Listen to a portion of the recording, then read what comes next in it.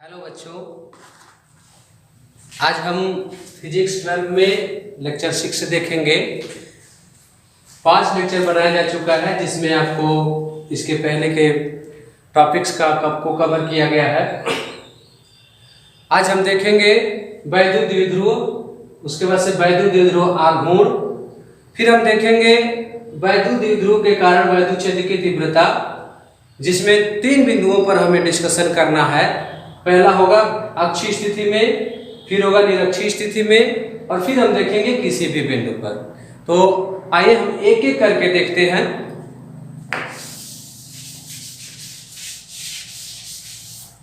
सबसे पहले हम देखेंगे वैद्युत द्विध्रुव क्या होता है। Electric dipole. इलेक्ट्रिक डाइपोल, देखो बच्चों, वैद्युत द्विध्रुव एक ऐसा निकाय होता है जिसमें 2 बराबर परंतु विपरीत प्रकृति के बिंदु आवेश एक दूसरे से अत्यल्प दूरी पर स्थित होते हैं।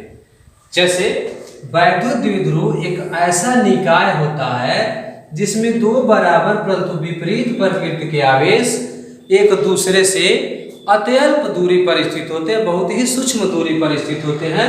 यहाँ ध्यान से देखिए, ए भी वैद्युत द्विध्रुव है जिसमें -q और +q आवेश एक दूसरे से अत्यंत सूक्ष्म दूरी पर स्थित होते हैं। इस दूरी को हम 2l मान लेते हैं।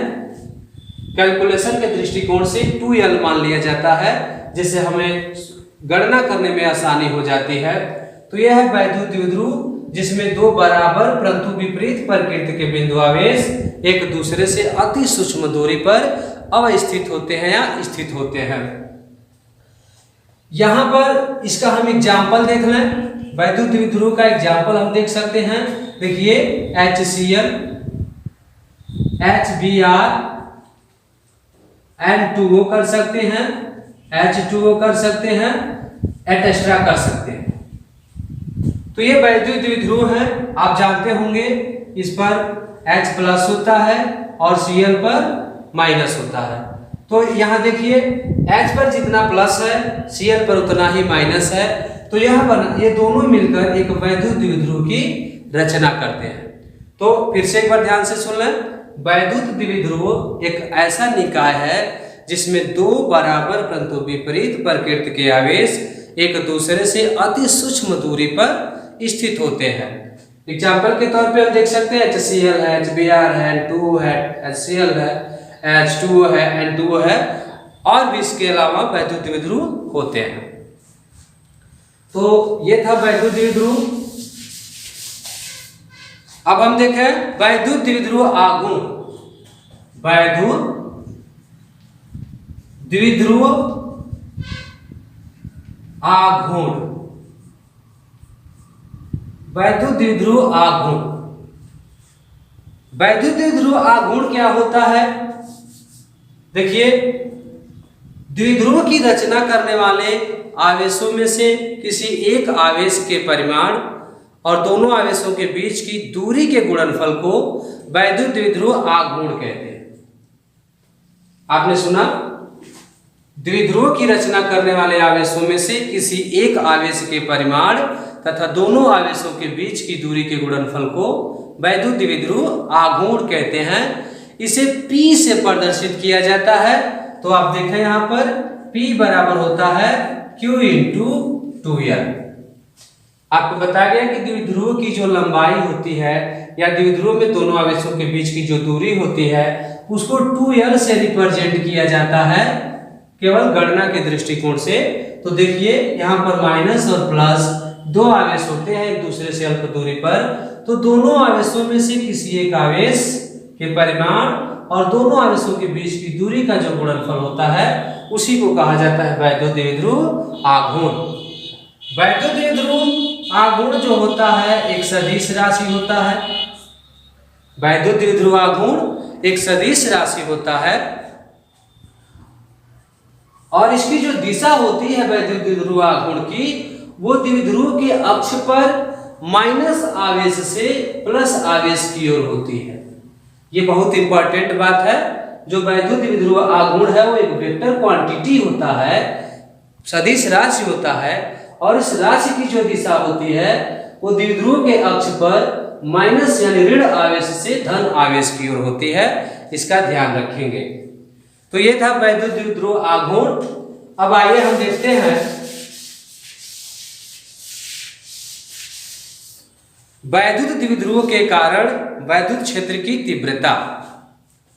तो देखें, वैद्युत द्विध्रुव के कारण वैद्युत क्षेत्र की तीव्रता।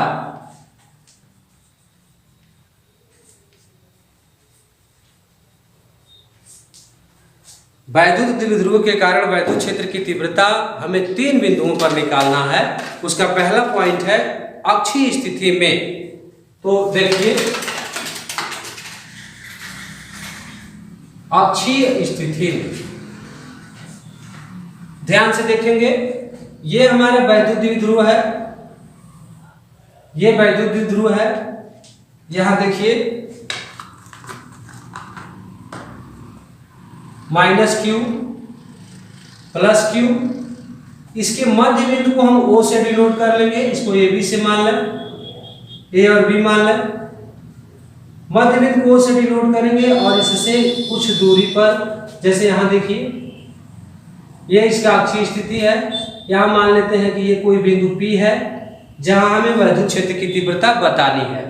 तो क्या होगा, इस दूरी को हम R मान लेंगे, मध्य बिंदु से जो दूरी है उसको R मान लेंगे, और यहां से जो डिस्टेंस है, देखिए ये टोटल डिस्टेंस जो होगा वो हम लोगों को पता है, माना जाता है 2L, और ये हो जाएगा इस, अगर निकालेंगे तो देखिए ये स्मॉल l और ये भी स्मॉल l। अब ये डिस्टेंस निकालेंगे तो R माइनस L हो जाएगा यहां पर, और यहां से जो डिस्टेंस निकालेंगे हम तो वो हो जाएगा R प्लस L। तो ये है दोनों आवेशों से, ये दोनों आवेशों से इस बिंदु P की दूरी। अब ध्यान से देखिए, +q के कारण बिंदु P पर वैद्युत क्षेत्र की तीव्रता निकालेंगे हम, तो इसका डायरेक्शन इधर हो जाएगा E1, और अगर -q के कारण हम निकालेंगे तो इसका डायरेक्शन उसी के तरफ हो जाएगा। सपोज कर लेते हैं हम इसको E2। इसे समझने की कोशिश करेंगे। बिंदु P पर वैद्युत क्षेत्र की तीव्रता इन दोनों आवेशों के कारण निकाला जाएगा, +q और -q के कारण। तो हम लोगों को पता है कि +q के कारण जो वैद्युत क्षेत्र की तीव्रता होती है वो उससे बाहर की ओर, दूर की ओर होती है। तो देखिए यहाँ पर उससे बाहर की ओर हो गया है, और माइनस आवेश के कारण जो वैद्युत क्षेत्र की तीव्रता होती है वो उसी के तरफ हो जाती है। तो यहां पर देखिए उसी के तरफ। अब हम करेंगे क्या, दोनों आवेशों के कारण बिंदु P पर वैद्युत क्षेत्र की तीव्रता निकालेंगे और उसको क्या करेंगे, उसका हम परिणामी निकाल लेंगे। तो देखिए यहां पर हम लिख सकते हैं, माना +q व -q के कारण P पर वैद्युत क्षेत्र की तीव्रता E1 व E2 है। तो क्या होगा, देखिए E1 = 1/4πε0 q अपान r² होता है। तो देखिए +q के कारण क्या है, यहां पर r माइनस l है, तो r माइनस l का होल स्क्वायर हो जाएगा, और ये होगा BP दिशा में। किस दिशा में, BP दिशा में हो जाएगा। और उसके बाद से देखेंगे E2 1/4πε0, ये हो जाएगा q upon r plus l का होल स्क्वायर, और ये निकालेंगे आप तो ये हो जाएगा PA दिशा में। देखो B से P इधर जा रहा है और P से A इधर आ रहा है। अब ध्यान से देखा जाए तो E1 और E2 की जो दिशाएं हैं, यहाँ पर E1 और E2 की जो दिशाएं हैं वो एक दूसरे के विपरीत है। तो बिंदु P पर परिणामी तीव्रता निकालने के लिए हम क्या करेंगे, दोनों का डिफरेंस निकालेंगे, यानी परिणामी मतलब अंतर निकालेंगे। तो यहां पर देखेंगे, अतः P पर वैद्युत द्विध्रुव के कारण वैद्युत क्षेत्र की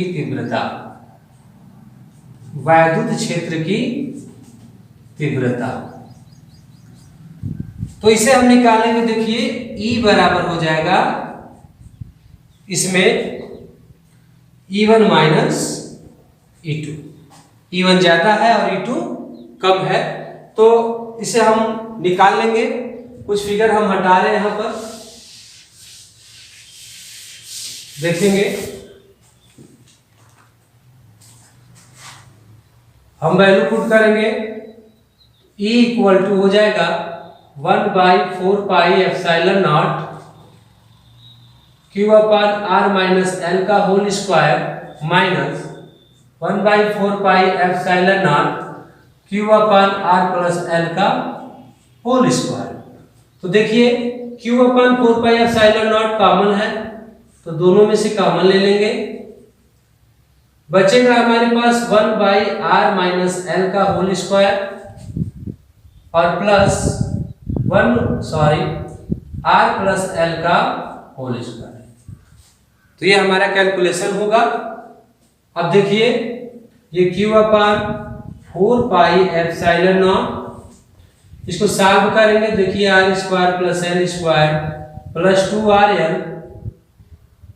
2RL, इसको तोड़ेंगे इसमें गुणा कराकर, प्लस इसको इसमें गुणा कराएंगे, R square plus L square minus 2RL अपान में R माइनस L और R प्लस L एक साथ करेंगे, R square minus L square का होल स्क्वायर हो जाएगा।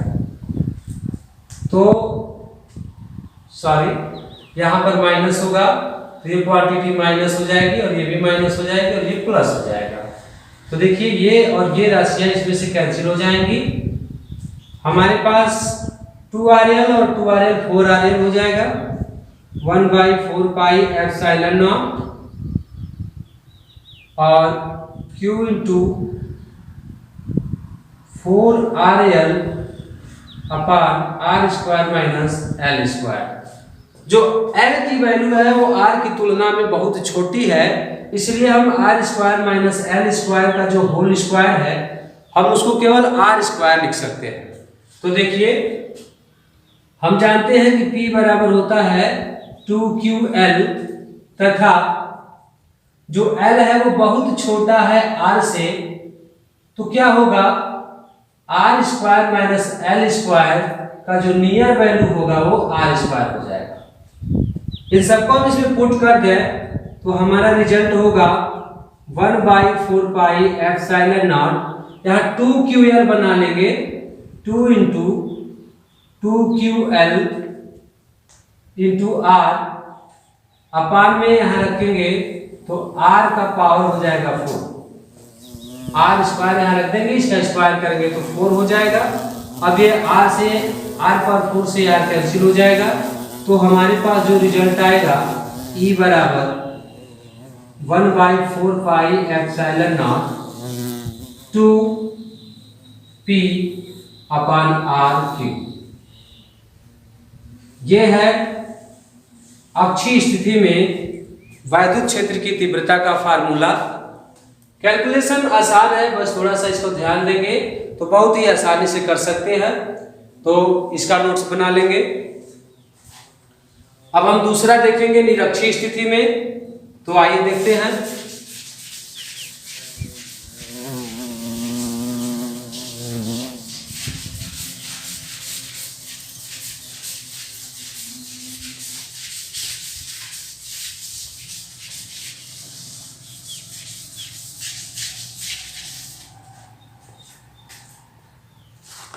दूसरा है निरक्षीय स्थिति में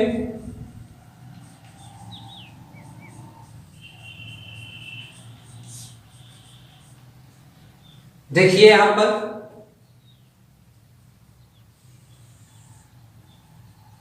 यह हमारा वैद्युत द्विध्रुव हो जाएगा। प्लस माइनस, और हम इससे r दूरी पर कोई मध्य बिंदु से r दूरी पर कोई बिंदु P ले लेंगे जहां हमें वैद्युत क्षेत्र की तीव्रता बतानी होगी, ऐसे करके। और फिर ये बिंदु P है, इससे हमें इसका डिस्टेंस चाहिए और इससे हमें इसका भी डिस्टेंस चाहिए। ये डिस्टेंस जो है वो r है और ये l होता है, ये भी l होता है, तो जो ये डिस्टेंस हो जाएगा वो r square plus l square हो जाएगा, और ये भी जो डिस्टेंस है वो r square plus l square हो जाएगा। इस बिंदु P पर हमें वैद्युत क्षेत्र की तीव्रता बतानी है, इस बिंदु P पर। तो देखिए इसके कारण जो निकलेगा उसका डायरेक्शन कुछ इस तरह होगा, मान लीजिए कि E1, और जो इसके कारण निकलेगा उसका डायरेक्शन इधर ही होगा, जिसको हम मान लें कि E2 है। अब इन दोनों का जो परिणामी होगा वो कुछ इस डायरेक्शन में आ जाता है, इस डायरेक्शन में E। तो दोनों आवेशों के कारण हम बिंदु P पर वैद्युत क्षेत्र की तीव्रता निकालेंगे। तो यहां देखिए हम मान सकते हैं, माना प्लस Q व माइनस Q के कारण P पर वैद्युत क्षेत्र की तीव्रताएं क्रमशः E1 तथा E2 है। देयरफॉर देखिए E1 बराबर हो जाएगा 1/4 pi epsilon naught Q upon root में r square plus l square का होल स्क्वायर, और ये मान लीजिए कि ये है और ये B है, तो ये हो जाएगा B से P डायरेक्शन, B से P डायरेक्शन, और E2 जो होगा 1/4 pi epsilon naught Q upon r square plus l square का रूट में हो जाएगा होल स्क्वायर, और ये हो जाएगा P से A दिशा में। अब देखिए इन दोनों की जो दिशाएं हैं, इन दोनों की जो दिशाएं हैं ऐसे, ये अलग अलग है। ये एंगल हम थीटा और ये एंगल थीटा मान लेंगे, ये भी थीटा होता है। तो हमारे पास हम इसको क्या करेंगे, इसको हम अनुदिश और लंबवत घटक में वियोजित करेंगे। जो E1 E2 है इसको हम क्या करेंगे, इस OP के अनुदिश और लंबवत घटकों में वियोजित करेंगे। तो जो अनुदिश घटक होंगे यहाँ पर उनका परिणामी जुट जाएगा, और बाकी जो लंबवत घटक होंगे वो दोनों एक दूसरे को क्या करेंगे, निरस्त कर देंगे। तो यहाँ देखिए यहाँ हम लिख सकते हैं E1 व E2 के OP के लंबवत एवं अनुदिश घटकों में वियोजित करने पर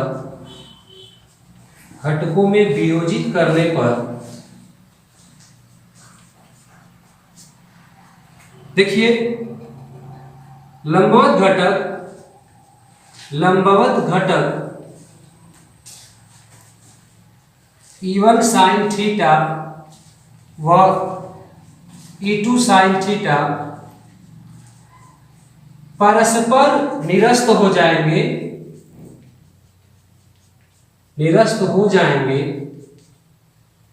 जबकि अनुदिश घटक E1 cos थीटा व E2 cos थीटा परस्पर जुड़ जाएंगे, ये होगा। अतः P पर परिणामी वैद्युत क्षेत्र जो कि E होगा E1 cos theta plus E2 cos theta, E1 cos theta plus E2 cos theta. ध्यान से देखिए तो E1 और E2 की जो वैल्यू है वो सेम है। E1 और E2 का वैल्यू क्या है, सेम है। तो हम यहाँ पर लिख सकते हैं E1 cos थीटा ऐसे प्लस E1 cos थीटा लिख सकते हैं, जो कि कितना आएगा 2E1 और cos थीटा हो जाएगा। अब E1 का वैल्यू यहाँ पर रख ला तो मिलेगा 1/4 pi epsilon naught Q upon R square plus L square. कारण क्या है यहाँ पर देखेंगे cos थीटा, ये स्क्वायर से ये कर्ली जो है हट जाएगा और हमें ये रिजल्ट मिल जाएगा। अब देखिए हम cos थीटा का यहाँ से वैल्यू निकालना है, अगर cos थीटा का वैल्यू ये थीटा है ये भी थीटा होता है तो क्या होगा cos बराबर होता है आधार बटे कर्ण, तो ये है लंब हो जाएगा आधार बटे कर्ण। तो यहाँ पर देखिए 2 × 1/4 pi epsilon naught Q upon R square plus L square, और इसका मान हो जाएगा L अपान रूट में R square plus L square. तो ये रिजल्ट मिलेगा हमें। अब हम इसे सॉल्व करेंगे तो देखिए सॉल्व करने पर इस 2 को हम अंदर शामिल कर लें तो 1/4 pi epsilon not 2QL upon R square plus L square पर हो जाएगा 3/2। 1/2 घात इसका और 1 घात इसका मिलकर क्या हो जाएगा 3/2 हो जाएगा। अब पुनः हम वही कंडीशन यूज करेंगे, ध्यान से देखिए पुनः हम वही कंडीशन यूज करें। अगर यहां हम इस फिगर को हटा रहे हैं,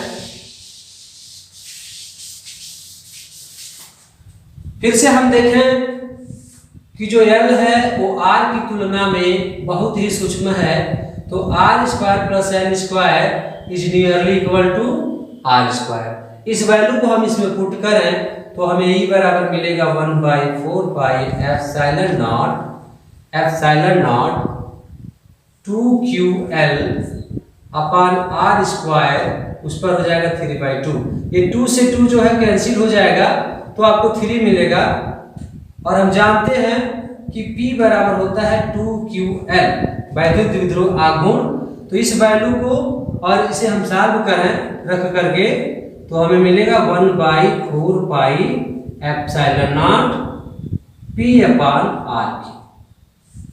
तो ये हमारा रिलेशन है, ये निरक्षीय स्थिति में वैद्युत क्षेत्र की तीव्रता का ये हमारा फार्मूला हो जाएगा। तो इसका भी कैलकुलेशन कोई टफ नहीं है, अगर आप ध्यान से देख रहे हैं इसको तो बहुत ही आसान तरीके से आप इसको सॉल्व कर सकते हैं। दोनों बहुत अच्छे हैं, इंपॉर्टेंट हैं ये दोनों, इस पर न्यूमेरिकल्स पूछे जाएंगे तो इसका ध्यान रखेंगे। चलिए अब हम अगला देखते हैं।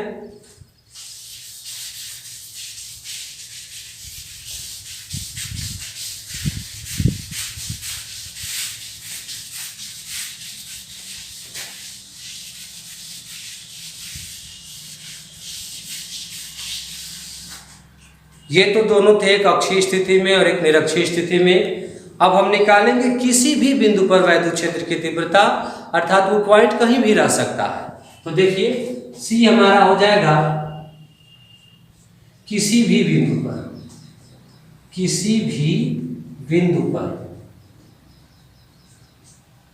पर देखिए ये वैद्युत द्विध्रुव हो जाएगा हमारा, वैद्युत द्विध्रुव हो गया, ये -Q और ये +Q। यहां से अगर आप थोड़ा सा इसको देखें तो वैद्युत द्विध्रुव का यही डायरेक्शन होता है माइनस से प्लस की तरफ। हम मान लेंगे कि यहां पर एक बिंदु है, मध्य बिंदु पर से मानेंगे ऐसे, ये हो गया, इसे हम n मान ले रहे हैं कुछ पल के लिए, और ये एंगल मान लें कि थीटा है। तो यहां पर देखिए जो वैद्युत द्विध्रुव है ये सदिश राशि होता है, वैद्युत द्विध्रुवाघूर्ण सदिश राशि होता है। तो इसको हम क्या करेंगे, इस ON के अनुदिश और लंबवत घटकों में वियोजित करेंगे, तो जो अनुदिश घटक आएगा वो मिलेगा आपको P cos थीटा, और जो लंबवत घटक मिलेगा इस डायरेक्शन में, वो इस डायरेक्शन में आएगा, वो हो जाएगा P sin थीटा। ये बिंदु यहां पर है जिसकी यहां से दूरी जो है वो r है और ये एंगल थीटा है, तो इसका कोऑर्डिनेट हम लिख सकते हैं r कामा थीटा।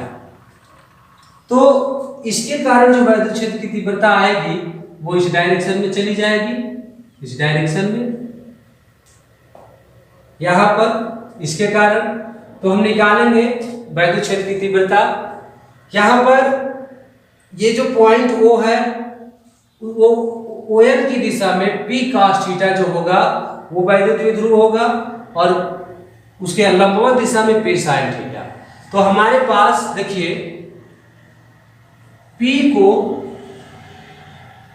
ON के अनुदिश व लंबवत घटकों में वियोजित करेंगे। लंबवत घटकों में वियोजित करने पर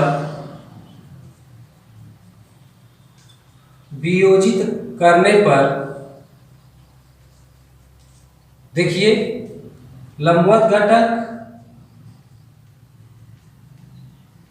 P cos theta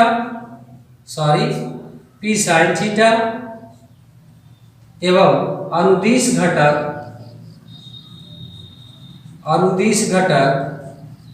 P cos theta होगा, P cos थीटा। तो देखिए हम अगर लंबवत मतलब निरक्षीय स्थिति हो जाती है अनुप्रस्थ वाला, और समांतर मतलब अक्षीय स्थिति। तो यहां देखेंगे हम निकालेंगे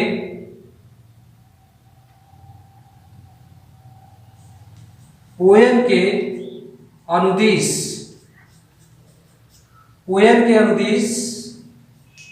वैद्युत क्षेत्र,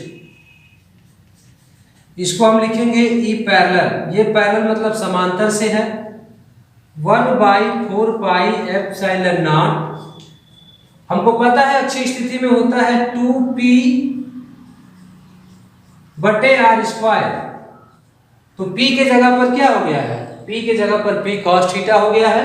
आपको पता होगा अक्षीय स्थिति में हम लोगों ने निकाला था अभी अक्षीय स्थिति के लिए, तो 1/4 पाई एप्सिलॉन नॉट 2p अपन r क्यूब था। तो यहाँ पर क्या होगा P के जगह पर हम P cos थीटा ले लेंगे, बस इतना करना है। और E परपेंडिकुलर ON के लंबवत निकाल लीजिए, ON के लंबवत अगर हम वैद्युत क्षेत्र निकालते हैं तो हमें मिलेगा 1/4 pi epsilon not only P upon r cube होता है, ये r क्यूब होता है r। तो P के जगह पर क्या हो जाएगा P sin थीटा।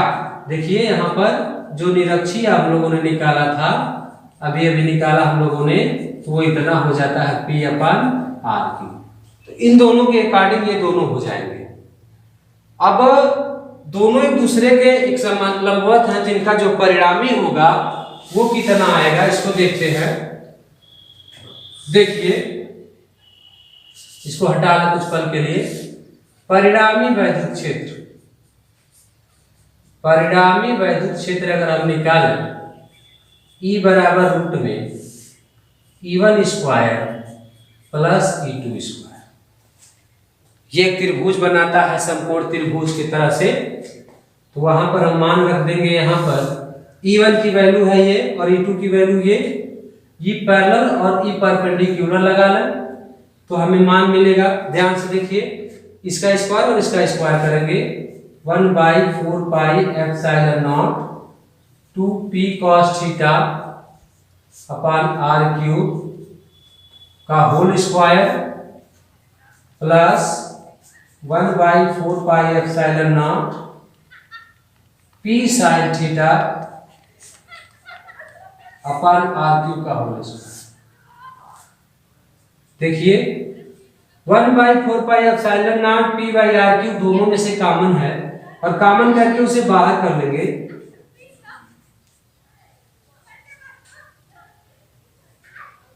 इतना आ जाएगा और ये r क्यूब भी निकल जाएगा बाहर। हमें मिलेगा यहां पर 2 cos थीटा का whole square plus sin theta का होल स्क्वायर। अब देखिए p upon 4 pi epsilon naught R cube bracket में 4 cos square theta plus sine square theta. अगर हम इसको कास में कन्वर्ट करना चाहें तो ये कास में कन्वर्ट हो जाएगा। तो देखिए P/4 pi epsilon naught R cube और ब्रैकेट में हो जाएगा 4 cos square theta plus 1 minus cos square theta. इसको अगर आप सॉल्व कर लें तो आपको मिलेगा यहाँ पर 4 में से 1 घटा देंगे तो 3 cos स्क्वायर थीटा माइनस में 1। तो ये फार्मूला है अक्ष किसी भी बिंदु के लिए, ये फार्मूला है। अक्षीय स्थिति में जो थीटा होता है वो 0 हो जाता है और निरक्षीय स्थिति में 90 हो जाता है। तो अगर इस वैल्यू को आप पुट करके देखें तो निरक्षीय और अक्षीय स्थिति की दोनों स्थितियां आपको मिल जाती हैं। आज के लिए बस इतना ही।